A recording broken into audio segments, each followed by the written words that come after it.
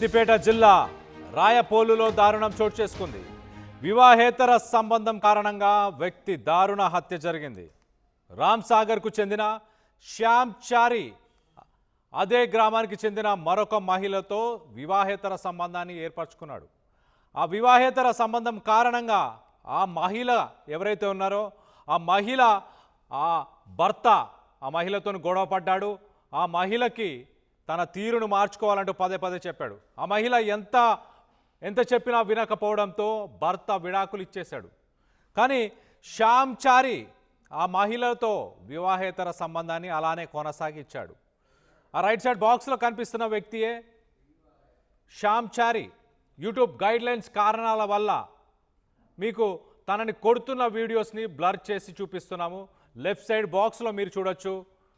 శ్యామ్ చారిని ఆ మహిళకు సంబంధించిన కుటుంబీకులు శ్యామ్ చారి వల్లనే ఆ మహిళ విడాకులయ్యాయి, భర్త వదిలేశాడు, వివాహేతర సంబంధం వల్ల భర్త వదిలేశాడు అన్న నెపంతో మహిళ కుటుంబీకులు కుటుంబ సభ్యులందరూ శ్యామ్ చారిని కాళ్ళు చేతులు కట్టిపడేసి తీవ్రంగా గాయపరిచారు.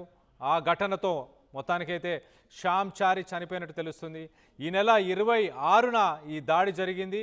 ఈ దాడికి ఆ మహిళకు సంబంధించిన కుటుంబీకులు ఏ మహిళతోనైతే వివాహేతర సంబంధం ఏర్పరచుకున్నాడో శ్యామ్, ఆ మహిళ తన వివాహ జీవితాన్ని కోల్పోవడం, అంటే భర్త వదిలేశాడు. వీళ్ళ ఇద్దరి ఎఫ్ఐఆర్ గురించి తెలుసుకున్న తర్వాత నాకింకా నువ్వు వద్దు, ఎన్నిసార్లు చెప్పినా నీ తీరు మార్చుకోవట్లేదు, నీ పనితీరు మార్చుకోవట్లేదు కాబట్టి వద్దంటూ విడాకులు ఇచ్చి వెళ్ళిపోయాడు.